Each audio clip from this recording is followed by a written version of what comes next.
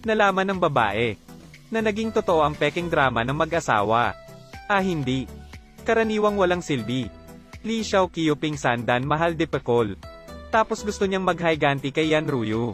Pinigilan niya ang ibang kumpanya na makipagtulungan kay Yan. Pinakiusapan din niya ang pangalawang tiyuhin na maging lobbyist. Hayaan mong lumapit si Ruyu at humingi ng tawad. Rentahan mo na lang siya ng lugar. Anong klaseng paghingi ng tawad? Kailangan mo bang pumunta sa hotel? Ang iyong kagandahan ang naging dahilan para magustuhan ka ni Li Xiaolong? Hindi ka ba marunong magpasalamat? Tama na. Paano ka dumating? Kahit gaano ka kabisi sa trabaho. Kailangan ng almusal. Pero wala akong gana. Hindi ba problema sa venue lang ito?